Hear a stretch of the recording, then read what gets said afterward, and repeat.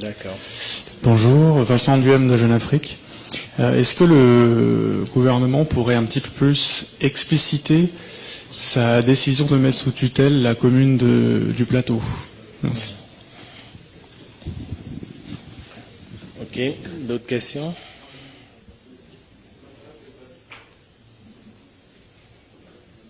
D'autres questions, non? Bon, écoutez, la mise sous tutelle, c'est pas une mesure exceptionnelle. Cette décision n'est pas une mesure exceptionnelle. Nous l'appelons précisément, c'est l'installation d'une délégation spéciale. C'est une mesure qui est prévue par la loi 1128 du 13 décembre 2012, précisément en son article 43.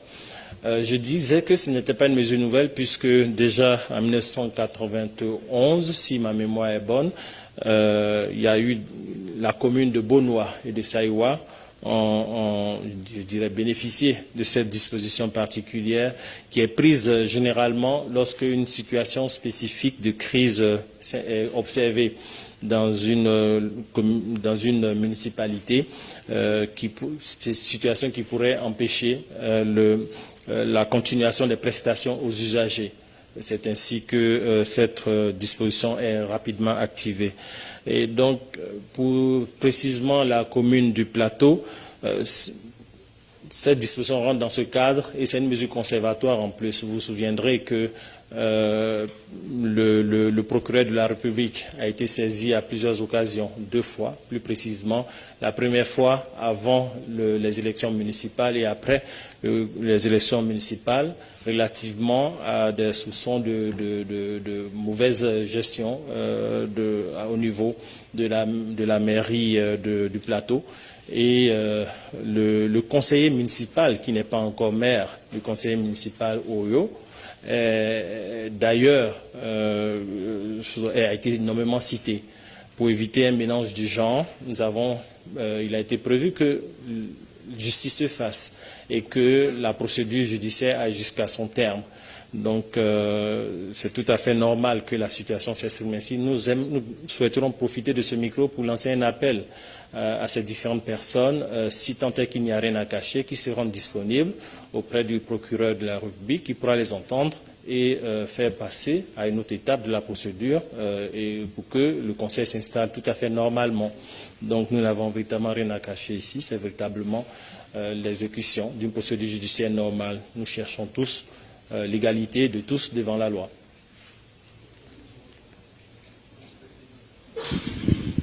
Oui, pour poursuivre sur la question, il y a bien une présomption d'innocence en Côte d'Ivoire. Donc, comment on peut dire que le maire élu, on ne l'installe pas parce qu'il y a eu des plaintes, qui seraient des plaintes contre X, d'ailleurs, selon mes informations, et pas des plaintes nominales.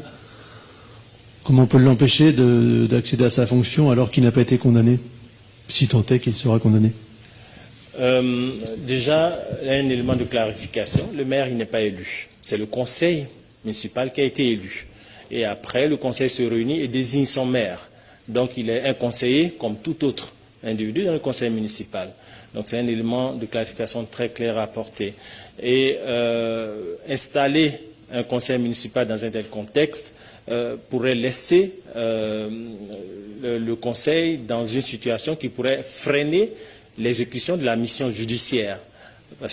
Donc c'est un peu ça qu'il faut arriver à canaliser et c'est ainsi que légitimement l'autorité a pris la décision d'activer la délégation spéciale qui n'a que de courte durée, le temps que la justice fasse ses preuves et puis ensuite les uns et les autres pourront acter pour les positions auxquelles ils ont droit.